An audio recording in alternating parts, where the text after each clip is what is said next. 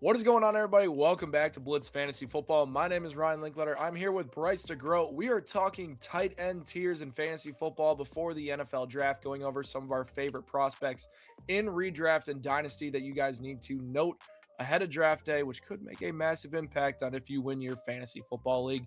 Bryce, tier one, is it one or two guys? And let me know why.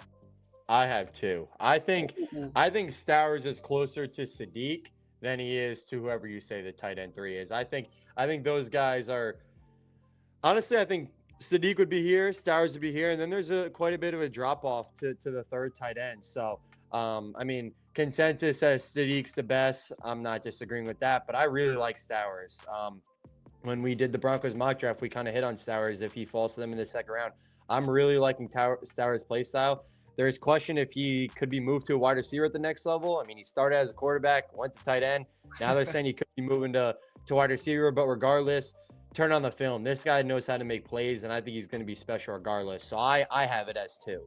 Yeah, I love Stowers. I think he's a great prospect. And, if the Broncos somehow can snag him, despite not having a first round pick, it almost feels like a great offseason for the Denver Broncos. And, Kenyon Sadiq, I think they're personally, in my belief, he's still the tight end one, but I have my reservations with him truly living up to what we saw from Colston Loveland, Tyler Warren, and some of these, Brock Bowers the year before that, some of these high end tight ends that have come out of the draft class. It's not a guarantee that since he's the first tight end off the board, he's just going to be magical in fantasy football. Sadiq struggled with drops in college, and he's not the best blocker in the world, which could keep him off the field in certain situations. I think he's closer to a Dalton Kincaid more in his first year versus a Brock Bowers in his first year. And I think Sadiq is a player that, long term wise, probably looks like a Jonnu Smith with where his athleticism's at. And I'm interested to see, depending on where the fit is, where Sadiq could fall. But I really see him around that tight end 16 to tight end 20 range entering the year, unless it's a miracle he somehow ends up in the perfect situation, which I really don't see happening based on his average draft positioning right now. Tier two, Bryce, who you kicking it off with? Because I have a few sneaky names I want to mix in here. I know you get sneaky with the tight ends, but I'm going Max Clare. Uh, I like this guy. I know when we talked about the Chiefs, I was like, what if the Chiefs take a flyer and kind of let him build around Kelsey? I think that'd be a good fit. But Max Clare was kind of under the radar because of who else is on that Ohio State team, and he really didn't have to be that superhero that Sadiq had to be, or pretty much Stowers had to be. But I still think this guy's talented. I think he is a little bit more of a blocking tight end, so for fantasy, it wouldn't be a ton of value compared to a Stowers and Sadiq. But I still think this guy could be a pretty special anywhere from 10 to 15 tight end in fantasy as years go on. Yeah, and the interesting part, you mentioned how the drop off is after Stowers. Tight end three is the biggest mystery in this draft, is who will be the third tight end off the board.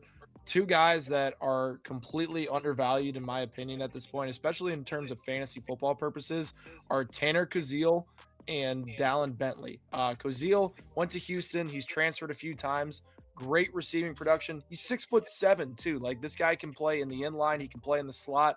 He's an absolute horrible blocker. I'm not giving him that, but he is a great receiving tight end, has a great profile, tested very well with a strong RAS score.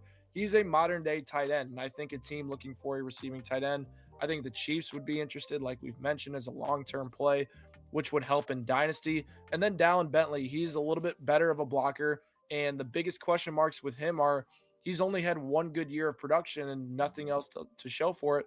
But I don't think that's stopping me. He was great at Utah, good receiving production, good blocker, tested well at the combine. He honestly could be trending more towards tight end three than any other prospect, out here right now. And I wouldn't be surprised if Bentley is a strong target for these teams in the third round, because he could truly materialize into a consistent tight end that's on the field.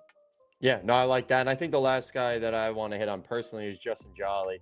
Uh, this is another guy that is decently sized, and he's elite after the catch, and he's hard to tackle. And I'm trying to think of a comp that I would give him. I don't really know what I would give him. I think of more of like I don't know. I think of more like a Darren Waller type aspect. Mm. Where he's not going to beat you on route running, but like, and I'm not talking this year Darren Waller. I'm talking more like prime Darren Waller. But like, he's not going to beat you route running, but like, get the ball in his hands and he's going to make things happen. He'll run a dude over. He'll make some moves. he was elite yards after catch. So he would be the last guy I would throw in here. Yeah, and I think, heading into tier four, there's definitely some names that, I do want to mention. Oscar Delp is a big one from Georgia. The production's not there, but there is upside in terms of what he can do blocking and receiving.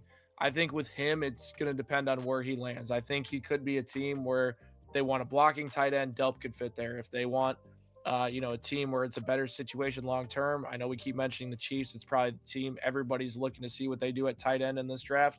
But if he goes to Kansas City, okay, in Dynasty, you have to get him. And I think there's some tight ends. Michael Trigg is another name as well that could fit into that group that would be enticing. Is there any other honorable mentions on this list?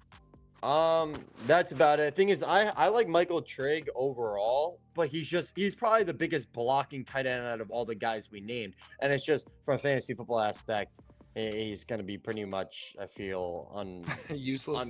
yeah, useless. So he'd be the last guy I'd probably mention. I love the Bentley pull. Yeah, there's some other names, but I think those are the main ones that are at least relevant. Yeah, and I think, tight ends, especially a position where in training camp, we'll see how the depth chart's shaking out. If some of these younger guys are getting chances, that's going to make a massive impact on their fantasy football value as well. Make sure you drop a comment down below what you think of me and Bryce's tiers for the tight ends in the upcoming draft class. Check out our draft show tackling the first round. Me and Bryce will be hosting it. You can come hang out with us for a couple hours during the first round with our live reactions. And hit that subscribe button for more Blitz fantasy football content. We'll catch you all next time.